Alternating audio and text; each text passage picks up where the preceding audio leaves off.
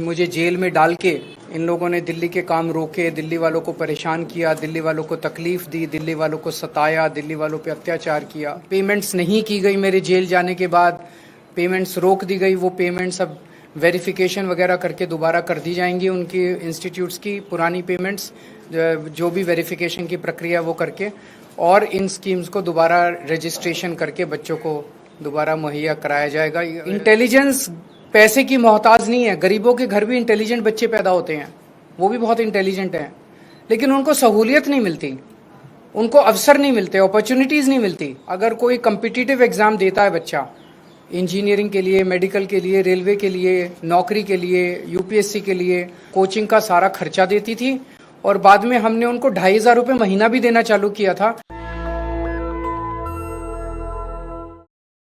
इन लोगों ने दिल्ली के लोगों को परेशान करने में कोई कसर नहीं छोड़ी।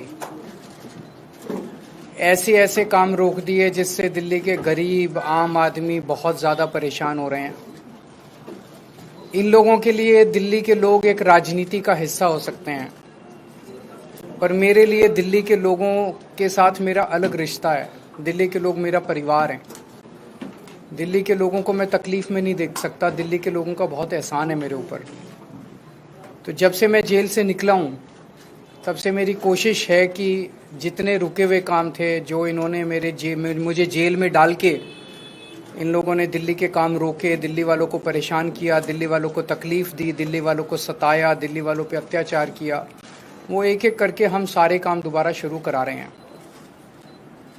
तो उसी सिलसिले में आज दिल्ली सरकार ने एक बहुत महत्वपूर्ण फैसला लिया है, और मैं दिल्ली के दलित समाज के लिए, एसटी समाज के लिए, ओबीसी समाज के लिए, ईडब्ल्यूएस वालों के लिए एक बहुत अच्छी खुशखबरी लेके आया हूँ। दिल्ली में एक हमने 2017 में स्कीम चालू की थी, मुख्यमंत्री जय भीम योजना। उस योजना के तहत हम दलित, एसटी, ओबीसी और ईडब्ल्यूएस समाज के लोगों को, उनके बच्चों को कोचिंग करने के लिए हम मदद करते थे। जैसे मैं खुद 12वीं के बाद जब मैंने आईआईटी की तैयारी की, तो मुझे याद है मैंने 2 कोचिंग इंस्टीट्यूट से कोचिंग की थी, और उन दिनों में भी कोचिंग बहुत महंगी हुआ करती थी। और मुझे लगता है कि अगर मैं वो दोनों कोचिंग नहीं करता तो पता नहीं मेरा अच्छा रैंक आता नहीं आता आईआईटी में, मेरा एडमिशन होता नहीं होता आईआईटी में। उसके बाद जब मैं पास आउट हो गया, फिर मैंने सिविल सर्विसेज की तैयारी की, तब भी मैंने कोचिंग की थी।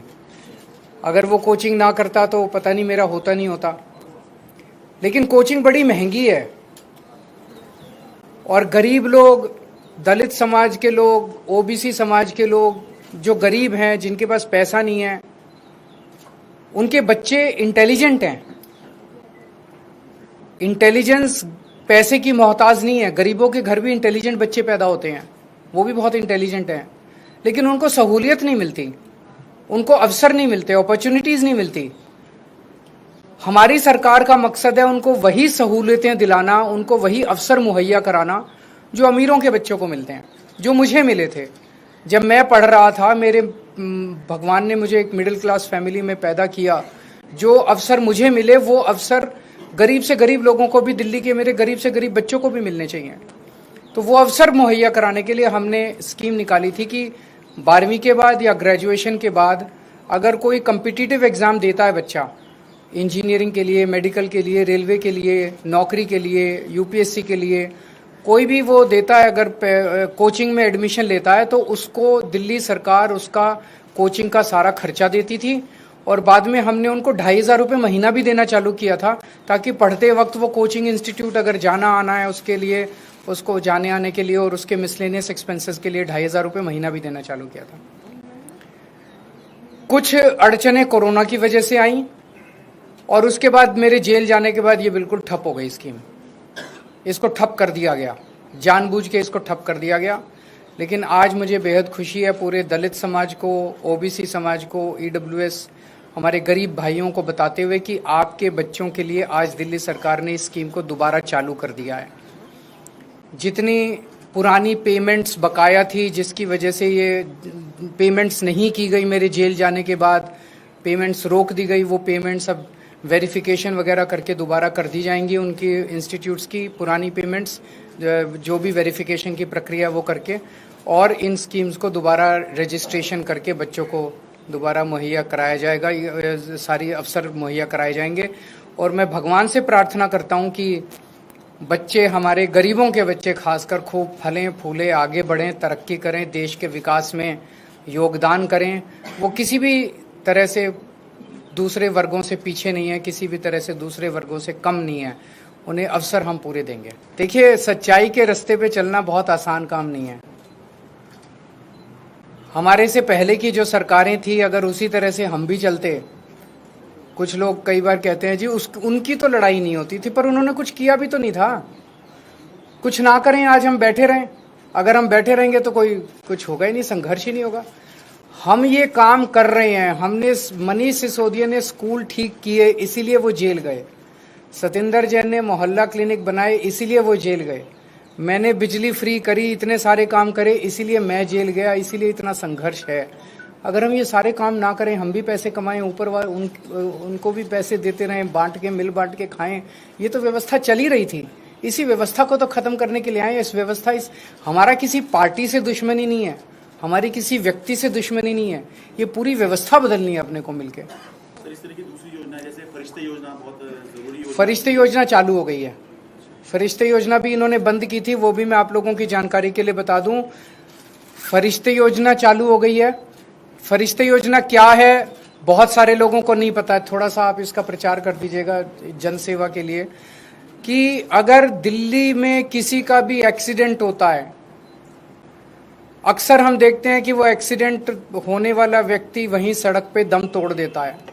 कोई उसको अस्पताल नहीं ले जाना चाहता, दो कारण से। एक तो उसको लगता है मेरे ऊपर पुलिस केस हो जाएगा, मैं पचड़े में पड़ जाऊंगा। दूसरा इसलिए कि जिस अस्पताल में लेके जाऊंगा, उस अस्पताल वाले कहेंगे पहले इसके पैसे जमा करा। अस्पताल वाले उसको एडमिट नहीं करेंगे। फरिश्ते योजना में हमने कहा भाई उसको नियरेस्ट अस्पताल में भर्ती करा दो, चाहे बड़े से बड़ा 5 स्टार अस्पताल हो, चाहे अपोलो, मैक्स, फोर्टिस, स्कॉट्स, जो भी अस्पताल है, किसी भी अस्पताल में नियरेस्ट में उसको भर्ती करा दो। जिसका एक्सीडेंट हो, आपसे कोई प्रश्न नहीं पूछा जाएगा, और उसका सारा खर्चा दिल्ली सरकार देती है। अभी तक 26,000 लोगों की हम जिंदगियां बचा चुके हैं फरिश्ते स्कीम में। ये स्कीम भी इन लोगों ने बंद कर दी। एक्सीडेंट पीड़ितों को इलाज कराने के लिए दिल्ली सरकार जो फ्री वो देती है, दिल्ली सरकार जो उनका इलाज कराती है, स्कीम भी इन्होंने बंद कर दी। लेकिन वो स्कीम हमने दोबारा चालू करा दी। इसके अलावा जब आप सरकारी अस्पताल में जाते हो, सरकारी अस्पताल में अगर लंबी लंबी लाइनें होती हैं, अगर पता चले भाई कोई सर्जरी है, वो सर्जरी आपकी नहीं हो पा रही और 1 महीने बाद का टाइम मिल रहा है, आपको कोई टेस्ट है, वो टेस्ट अभी नहीं हो पा रहा, मशीन खराब है, मशीन खाली नहीं है, तो वो सरकारी अस्पताल आपको रिकमेंड करता है आप प्राइवेट में जाके आप अपना इलाज करा लीजिए, अपनी सर्जरी करा लीजिए, अपनी टेस्ट करा लीजिए। वो सारा फ्री सरकार रीइंबर्स करती है उस अस्पताल को, प्राइवेट अस्पताल वाले आपसे पैसे नहीं मांगेंगे। ये स्कीम भी इन्होंने बंद कर दी थी, इसको भी हमने दोबारा चालू करा दिया। नेशनल दस्तक की आपसे गुजारिश है कि अगर इसको बचाना चाहते हैं तो नेशनल दस्तक को सब्सक्राइब करने के लिए रेड कलर के सब्सक्राइब बटन को दबाएं, फिर बेल आइकन की घंटी दबाएं। नेशनल दस्तक को बचाने के लिए बहुत जरूरी है कि हर खबर को शेयर करें, लाइक करें, कमेंट जरूर करें।